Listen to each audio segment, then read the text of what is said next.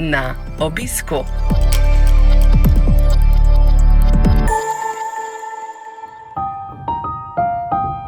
Z veseljem vam predstavljamo novo serijo podkastov Na obisku. V dolgem vročem poletju vas bomo vsak petek opoldne povabili k poslušanju pogovora z nekaterimi zanimivimi strokovnjaki in člani Slovenskega združenja bolnikov z limfomom in levkemijo. Vabljeni k poslušanju.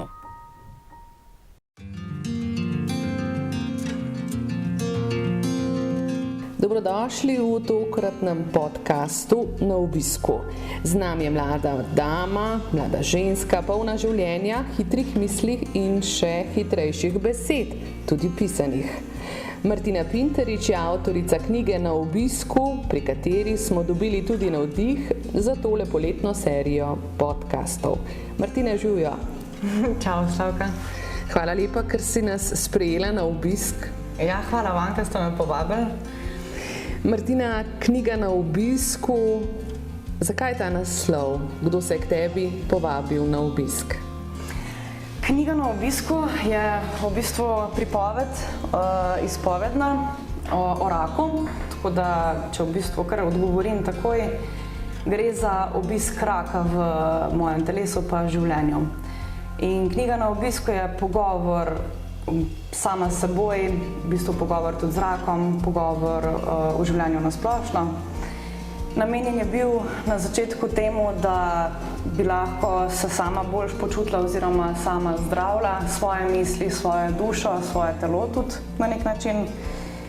In kasneje, ko sem pa videla, v kakšne razsežnosti gre oziroma da se pač odpirajo še neke druge zadeve, mi je bilo pa zanimivo tudi mogoče, da bi lahko to prebral kdo, ki je bil ali v podobni izkušnji, pa ne nazadnje tudi marsikdo drug, ki se lahko najde kjerkoli noter, tudi v kakšnih drugih temah, ne samo v raku. Ne. Si že prej veliko pisala, te kar tikam, dolgo se že poznamo? Ja. Pisala sem v bistvu že, bi lahko rekla, da že kar nekaj časa. Ampak nikoli to ni bila neka redna aktivnost, da bi pač rekla, da zdaj pa ne vem, pišem že od 15 leta, ampak je bilo vedno tako, da je bilo pisanje za mene terapevtsko. Se pravi, pač pisala sem takrat, ko sem to začutila, ko sem to rabila, mi je vedno pomagalo, ne samo momentalno, ampak v bistvu mi je pomagalo tudi razreševati določene misli ali pa težave. Tudi recimo ta knjiga predvsem je meni osebno nasploh veliko pomeni. Največ mi pa pomeni to, da tudi meni še vedno, če grem še danes recimo jo prebrati, mi povzroča ista čustva, pa zna me postaviti nazaj v čas, ko se je to dogajalo, pa nazaj v ta čas, ko sem jo tudi pisala. Tako da v bistvu je na nek način ko nek moj hram, pa hkrati tudi ogledalo tega časa, ko je pač rak bil prisoten, pa takrat pač, ko sem se začela vračati nazaj v življenje. Zakaj je dobro se vrniti v tisti čas, se spomniti, podoživeti tiste občutke, pa tista čustva? Knjigo sem prebrala, knjiga je globoko izpovedna in prvoosebna. Ja, res je. Zakaj se je dobro vrniti? Mogoče prvi odgovor bi bil ta, glih zaradi tega, ker eden izmed največjih darov, ki jih dobimo takrat, ko zbolimo oziroma s takšno izkušnjo, je ravno ta, da se zavedaš, da je vsak dan za sebe pač nek dar in da ni nujno, da bo naslednji prišel.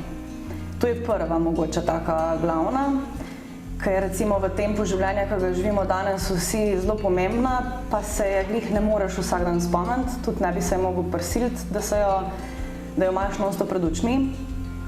In žalostno mi je to, da pač glede na to, da tako izkušnjo sem enkrat že imela in da vem, kako mi je bilo takrat živeti dan za dnem, sploh pol, ko sem vedela, da nisem več bolana in sem se začela vračati nazaj, mi je bilo res tako, vsak dan je bil pač res podarjen, pa nov.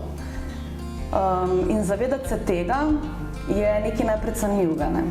In imeti to znotraj tega kaotičnega časa se mi zdi nekaj najlepšega. In takrat, ko vidim samo pri sebi, da gre vse skupaj mogoče nazaj v neke tire, ki ne bi hotela, da grejo. Se pravi v te, da se ti zdi, da je včasih delo pomembnejše od samega življenja, da da te bo čas prehitel. Takrat pač vzamem spet nazaj to in mi je dosti, da sam preberem recimo, ne vem, par poglavij in se spustim nazaj v to obdobje, ampak ne na nek žalosten način, ampak na ta način, da na koncu spet čutim, okej, to je tisti moj kor, to je tisto moje bistvo, od tukaj naprej zdaj lahko grem.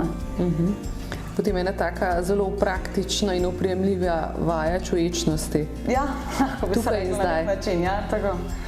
Dobro, se pravi, to je nek tvoj, da rečem, obramba, ne, in povratek, ozaveščanje tega tu in zdaj, če poskušam povzeti, in obramba, da ne bi spet zapadla v to naglico in stres vsak dan. Nek spomin, jaz rada temu rečem spomin, opomin, no, tako, na ta način, no. V knjigi sem prebrala, ne vem, če bom zdaj znala čisto natančno ponoviti, kot gostu, ki sem ga imela dovolj, po vrhu pa je bil še nepovabljen, sem mu skuhala sikterošo. Kaj to pomeni? Ja, sikteroša je zadnja kava, ki se jo ponudi gostu. To je sicer bosanski običaj. Ponudi se pa gostu takrat, ko je namen, da pač gre. Skuha se več kav, ta je pa zadnja in ta je tista, ki brez besed pove, zdaj je pa mogoče čas, da greš. In to je bil tudi ta stavek oziroma ta metafora tukaj noter, tudi začetek v bistvu knjige, ne, to je v prvem poglavju, je glih temu namenjen. Ne, pač. Si kavo skuhala dobro? Tako, bil si nekaj časa, zdaj pa je čas, da greš. Kava mislim, da je bilo kar dosti, ja, ta bila je dobra, tako da. Torej je dosegla svoj namen? Ja, zaenkrat ja. Nam lahko nekaj več poveš o tej diagnozi, mislim 24-25 si bila stara, ko si se z njo soočila? Ja, Hodgkinov limfom, se pravi rak limfatičnega sistema ali pa rak bezgavke, tudi nekateri poznajo. Sama diagnoza zdaj, a me je presenetila ali me ni, mogoče če tukaj začnem. Ne moram reči, da me je presenetila, čeprav gre za dosti redko vrsto raka, pa predvsem tudi zelo ozdravljivo. Me ni to presenetila zaradi tega, ker takrat, ko sem že hodila pač na obiske k zdravnikom, sem že pač sama pri sebi slutila, da bi znala iti za kaj takega, ne. Sama sem tudi dosti tak človek, da moram raziskati stvari, pa... Energičen. Ja, lahko bi se tako rekel. Rada pač že vnaprej probam predvideti vse zadeve, pol se pa še prepustim. No in ena izmed teh predvidevanj je bila tudi ta, glede na to pač, kakšne simptome sem imela, da je verjetno možnost, da imam mogoče res Hodgkinov limfom. So bili ti simptomi zelo značilni? Ja, bili so značilni, ampak so pa takšni, da jih lahko z lahkoto spregledaš, ne? Recimo, ne vem, utrujenost. Tega jo sploh nisem prepoznala oziroma ne bi mogla prepoznati kot nekaj novega. Potem, mogoče tista najbolj opazna je glih ta bula na vratu, ampak jaz je nisem sama videla, ker sem tudi takrat sem imela pač daljše lase, itak je neboleča, tako da ni glih, da bi bolečina te spomnila na to. Mene recimo, kar je bilo tisti prvi pa glavni alarm, je bil to, da sem zatipala bulo v tem medključničnem prostoru, v jugolomu, mislim, da se reče zdravstveno. Tako da bila je trda, pa bilo je nekaj, kar pač prej tam ni bilo. Se pravi, v tej votlini, ki bi mogla biti prazna, je bil zdaj neka gmota, tako, ki ni bolela. In pač pol sem počakala še kak teden, dva, ker ko sem to zatipala, sem bila glih na poti na potovanje. In sem si pač sama pri sebi rekla, v redu, se to zdaj 2 tedna me ne bo, v roku 2 tednih ponavadi take stvari izginejo, če niso nevarne, ne. Če bo pa ostalo, bom pa šla, ne. Tako da pol to ni šlo nikamor in sem začela pač za obiski, najprej sem šla k svoji splošni zdravnici. Glede na kri tudi ni bilo nič takega, da bi lahko predvideli, da je karkoli narobe, je mogoče bolj kazalo na kakšno vnetje. Pol druga zadeva, ki je bilo, da sem jaz kar naenkrat dobila zelo močno srbečico po celem telesu, po rokah, po nogah, srbečico, ki spominja mogoče kot na neko alergijo ali pa kak atopični dermatitis. In pač pol jo probaš nekako blažiti z mazili, ne veš pa odkot pride, ne. No, kasneje, ko sem že vedela, pač kaj je moja diagnoza, sem tudi zvedela, da je to eden izmed klasičnih simptomov ravno za Hodgkina, ne. Ostalih simptomov pa nisem imela, ne. Tako da potem so se pa začele te preiskave. Preiskave, diagnoza, Tako. pa potem Pa zdravljenje, malo. kemoterapija, obsevanje, veliko Zdravljenje vsega. je bilo, pa imela sem 8 kemoterapij, pa mislim, da, če se zdaj prav spomnim, 21 obsevanj, nekaj tako ali 17 obsevanj je bilo. Tako. Veliko. Ja, lahko bi bilo več, tako da je v redu. Je bilo zdravljenje zelo naporno? Ja. Bila v bistvu, zdaj težko bi rekla, kaj je bilo bolj naporno, ali kemoterapija ali obsevanje. Ja, mogoče vseeno bolj kemoterapija, ker je čisto druge stvari prinaša. Tudi vsaka kemoterapija ni bila isto naporna. Prva recimo mi je bila zelo blaga. Začeli se je pol šele recimo, jaz sem med drugo pa tretjo dobila nevtropenijo. Tako da potem se mi je zamaknilo spet za kakšna 2 tedna naslednja kemoterapija. Potem sem imela drugo komplikacijo, ker sem imela slabe žile in nisem mogla prejemati kemoterapije, tako da sem dobila vensko valvulo. Se pravi vsadek, ki ti ga dajo pač operativno v telo, zato da lahko pol prejemaš kemoterapijo prek tega in v bistvu ti lahko kri jemljejo, pa pol olajša ta pretok, ne uničuje žil.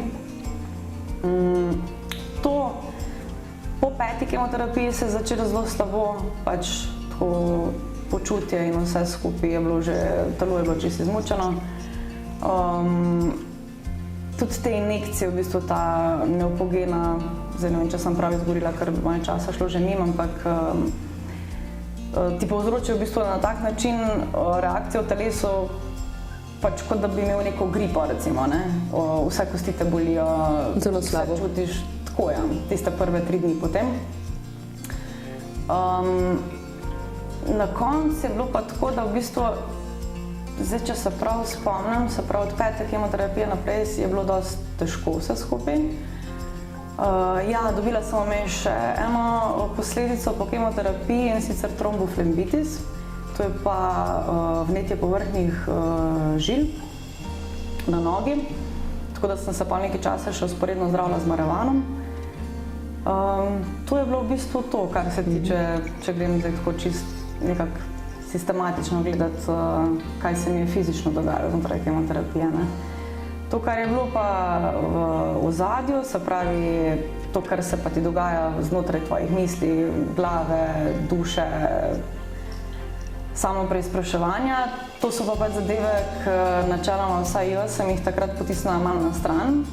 Pa nisem v osnovi tak človek, ampak sem jih takrat mogla potisniti na stran, zato da sem pač lahko najprej se posvetila sploh temu, da pridem fizično čim bolj čez to, ker mi ne bi nič pomagali, če bi takrat začela ali pa probala razreševati te stvari, če pa moje fizično telo ne služi več, ne, ali pa pač se ne more več na tak način boriti, tako.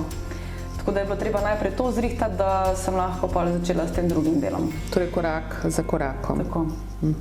In ob tem ne morem, da ne bi pomislila na en odlomek v knjigi, ki je nekaj je v obliki proze, nekaj v obliki poezije. Skratka, celo eno malo poglavje je napisano o čakanju, ne, in da v resnici to, kar zdajle morda na cesti ljudje čakajo ali v trgovini pa so nervozni in tako naprej, ni nič, absolutno nič v primerjavi s čakanjem na Onkološkem inštitutu, pred okencem, ko človek da zdravstveno kartico, pa potem čaka na rezultat krvi, je stanje nevtropenično, kot si rekla, si imela izkušnjo, bo možnost za nov cikel kemoterapije.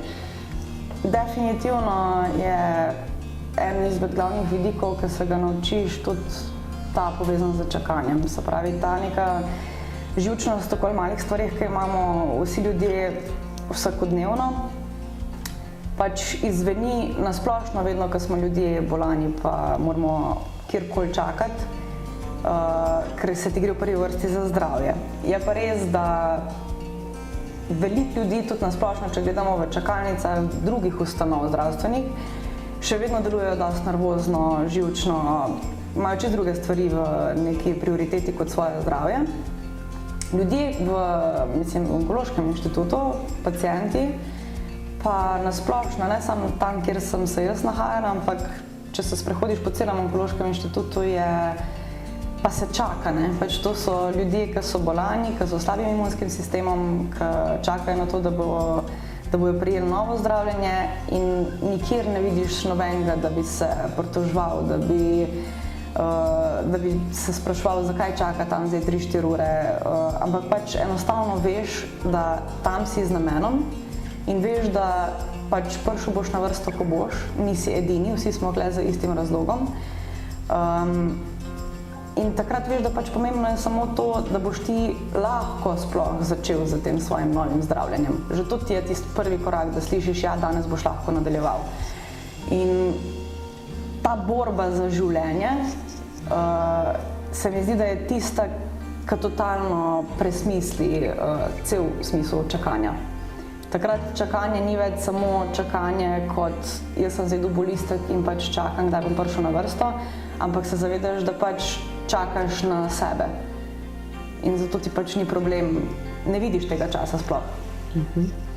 Torej Ker veš, da ti ne bo nič pomagalo, ali boš ti zdaj videl, da boš tam stal 4 ure, pa se okoli tega nerviral, ali boš pa pač v teh 4 urah bil sam pri sebi, miren, bral knjigo ali pa se pogovarjal z nekom ali karkoli.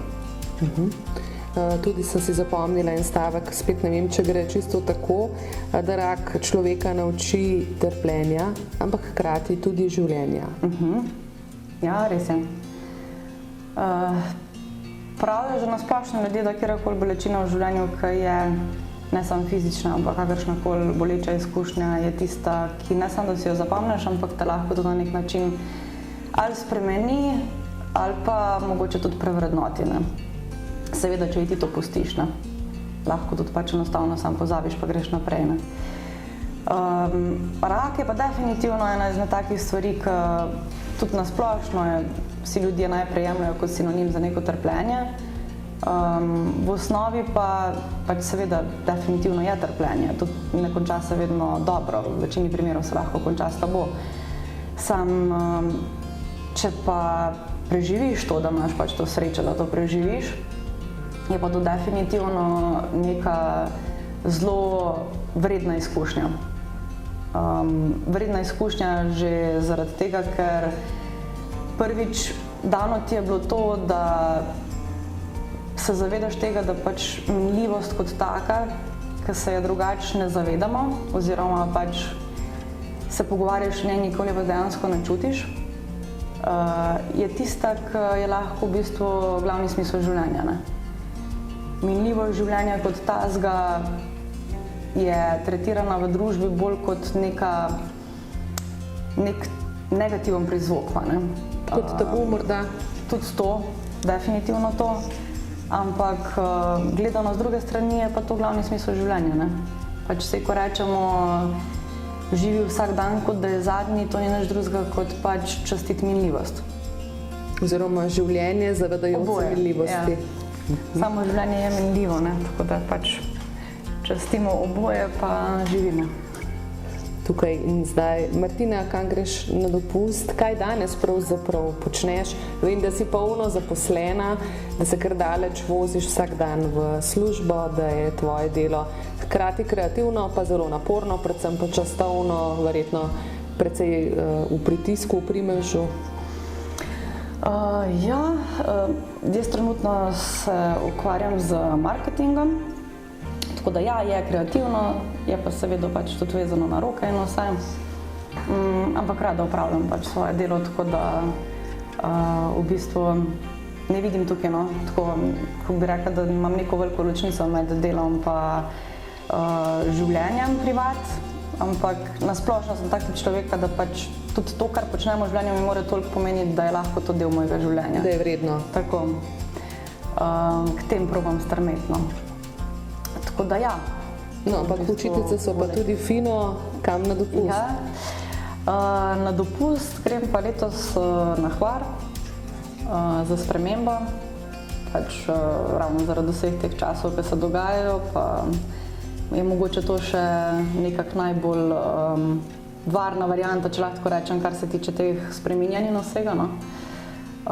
Drugače pa zelo rada potujem, no, tako da to mi je malo žal, da ne gre, ne. Da bo moralo malo počakati, ne? Kako se zabavaš? V prostem času. Tako, vsekakor v prostem času, na kakšen način, ker seveda tisto živeti življenje, ne, so odgovornosti, je red in vse to, ampak človek si mora dati malo tudi duška, se sprostiti, poveseliti. Definitivno, ja. Jaz sem človek dvojnosti, recimo, nasplošno, tudi kar se tiče tega. Lahko živim odgovorno glede določenih stvari, definitivno sem pa tudi dosti hedonist. Rada uživam življenje v vseh merah, kar pomeni, da v prostem času zelo rada se družim, kvalitetno preživljam čas, rada imam dobro hrano, dobro vino, tako da... Na Hvaru je menda oboje. Ja, sem že preverila, ja. Dobro, knjige, filmi, glasba. Tudi ta del estetski, a ne? Umetnost imam nasplošno zelo rada, ja, od nekdaj. Zdaj zelo mi je žal, ker v tem času te korone v bistvu nismo mogli se udejstvovati v gledališčih in podobno. Tako da takrat sem malo več brala pa gledala filme, no, ampak zelo pogrešam gledališče pa te javne zadeve, no. Zdaj počasi se vrača. Čez poletje veliko bo festivalov, zagotovo tudi na Hvaru. Kaj pa filmi, kateri žanr recimo? Pa različno, nimam nekega... Drame, kriminalke, romantične komedije? Bi rekla mogoče bolj drame, kakšni trilerji recimo, tudi komedije, biografski filmi. Tako, različno. Nimam nekaj opredeljenega žanra, bolj mi je to, ali je film kvaliteten oziroma če se ga splača pogledati. Odlično. Ples? Nič kaj posebenega, spada bolj v hedonističnem delu. Dobro. V hedonističnem delu danes si morala nekaj časa vmes počakati, a nekaj so bile druge stvari, recimo v ospredju, bolezen imam v mislih in tako naprej. In takrat si morala zamakniti z razmislekom o prihodnosti, denimo tudi družino, in take reči, pa vendarle si se na to pripravila. V tem je namreč tudi celo poglavje, naložbo v prihodno, zelo lepo poglavje. Zdaj tako bom rekla, ne da sem jaz razmišljala o družini, takrat sploh ne. Mislim, jaz sem bila stara komaj 24 let, študentka, ni mi bila misel v družini, sploh še ne. No, ampak si morala nekako ozir vzeti. Bilo je pa zaradi samega zdravljenja, pa zaradi same bolezni, to ena izmed zadev, ki sem bila prisiljena, da jo moram vzeti v obzir. Ker sem imela možnost, da pred samim začetkom zdravljenja lahko zamrznem svoje jajčice. Kar sem bila tudi zelo vesela in zelo hvaležna, da sem sploh imela to možnost narediti, ker je nima vsak, ker je lahko bolezen že toliko napredna, da ne moreš več tega narediti, je bolj nujno, da se greš takoj zdraviti. Tako da, ja, definitivno že takrat si vesel, da imaš to opcijo, da je neka varnost nekje, če si boš enkrat to želel. Ampak je čisto drugače takrat to gledati, ker v bistvu ti se soočaš z neko diagnozo, ki postavlja v ospredje tebe, pa tvoje življenje, pa to, da se ti boriš za svoje življenje in ti je zadnja stvar, da se bi ti zdaj ne obremenjeval, ampak da bi ti zdaj razmišljal, kako pa bo to, če bom pa jaz enkrat svoje življenje delil še naprej. Ker veš, da najprej ga sploh moraš imeti, da boš pa razmišljal o teh stvareh. Plus, da ne govorim ta mladost, ki te ni do takrat prisilila v to, da boš o tem razmišljal, ampak si verjel, da je cel svet in cel čas tega sveta še vedno tvoj in ti razpolagaš z njem. In potem kar naenkrat ugotoviš, da ni tako. Tako da to je bila mogoče tista prva tak večji udarec realnosti. Sam moment tega, pa sam razmislek o tem, kaj se sploh dogaja, da poleg vsega tega zdaj skrbiš še za to. Zato se tudi to poglavje imenuje naložba v prihodnost, ta zmrznjena jajčica, ki nekje čakajo. Tako da to je bilo v bistvu glede tega dela, glede družine, ki si spraševala, povezano z zdravljenjem. dobro je torej ta pojem v kakšni bližnji prihodnosti morda v planu? Ne še. Ne, zaenkrat še ne.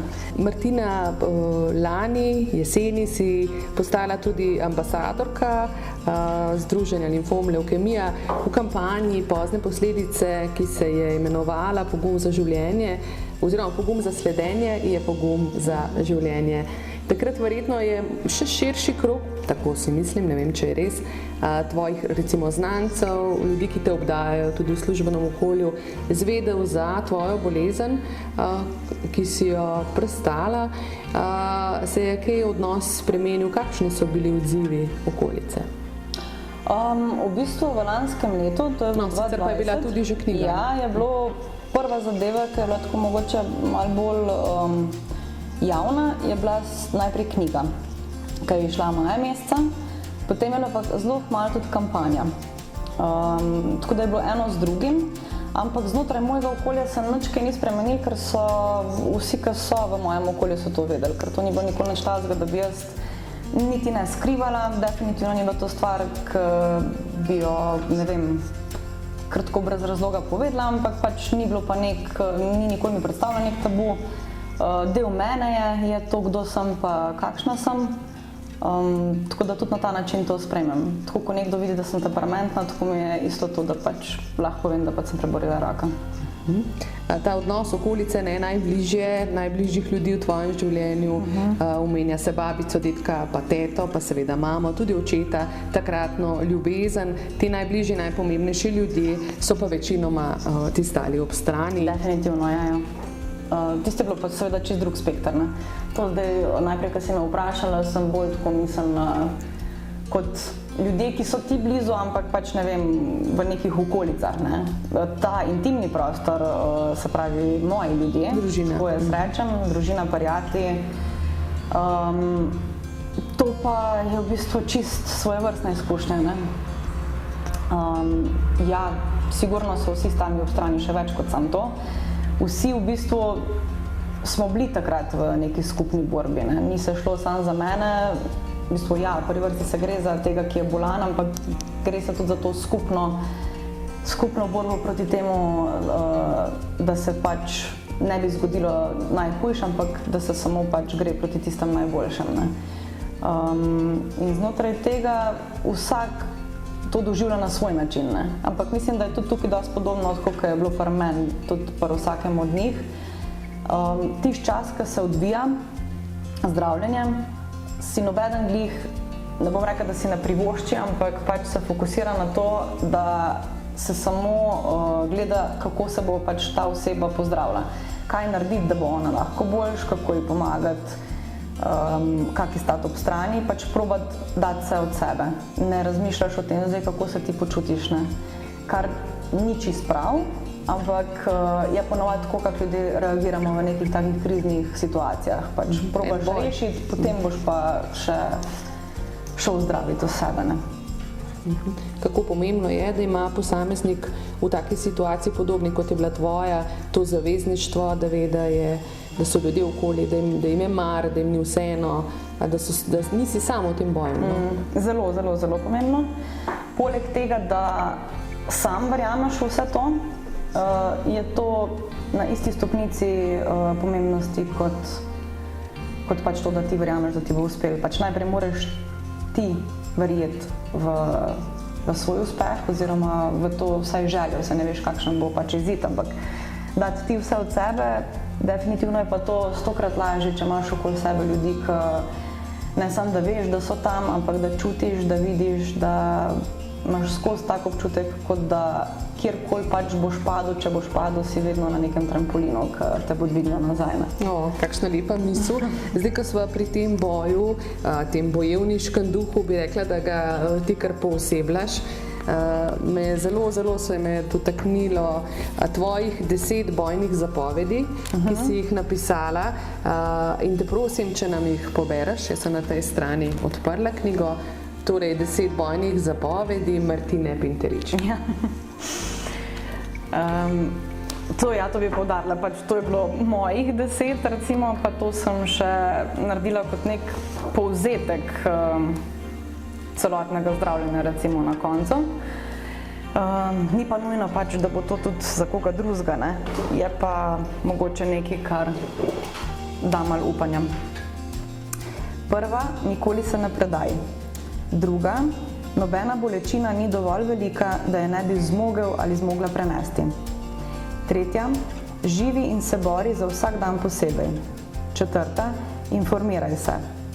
Peta, ne poslušaj preveč nasvetov ljudi, ki ti govorijo, kako se prehranjuj, kako moraš živeti. Živi in jej tako, kot ti svetuje tvoj ali tvoja onkologinja oziroma onkolog. Šesta, razmišljaj s svojo glavo, vedno.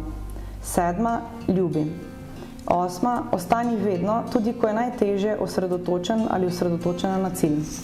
Deveta, ohrani stik z ljudmi in prijatelji. Deseta, pokaži, kdaj je ranljivost, da boš lahko potem spet še močnejši ali močnejša. Hvala lepa, Martina, za te zapovedi. Knjiga Na obisku od vsakega prodanega izvoda, te knjige, ki je šla v založbi Litera. Odločila si se, da en del od teh prodaj nameniš Slovenskem združenju bolnikov z limfomom in levkemijo.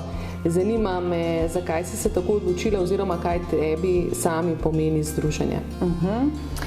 Jaz sem v bistvu prišla v stik z združenjem že od samega začetka, od takrat, ko sem zbolela. Prišla sem v stik v bistvu najprej, ker sem itak hotela čim več stvari vedeti in glavni vir informacij je nekako vedno nakazoval glih na to društvo. In pač pol sem kontaktirala društvo, tudi poznala sem eno izmed članic in sem pač pol prišla v društvo.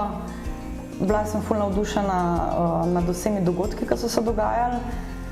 Zdaj se mi je tako pač prav in tudi tako, da bi bilo zelo fajn, če bi to bilo še malo bolj širše, pa še malo bolj, da bi več ljudi to vedeli. Saj načeloma te dotični ljudje, za katere je namenjeno, to zvejo, ne? Če ne drugače že znotraj zdravljenja ali pri svojem zdravniku ali kakorkoli.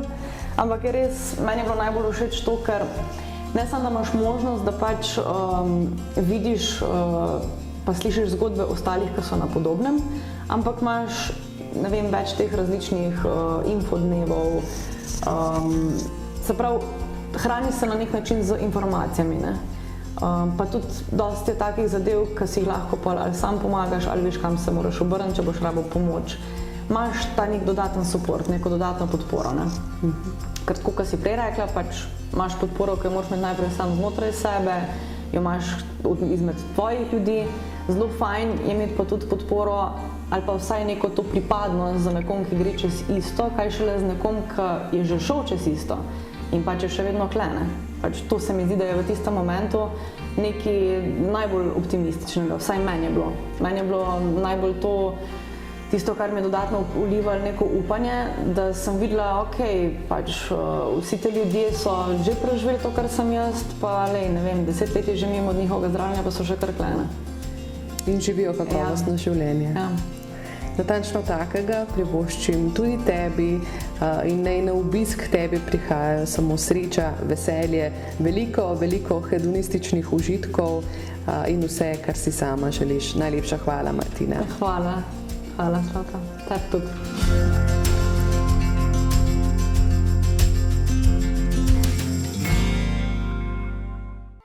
Slovensko združenje bolnikov z limfomom in levkemijo se na obisk povabi spet prihodnji petek ob 12. uri.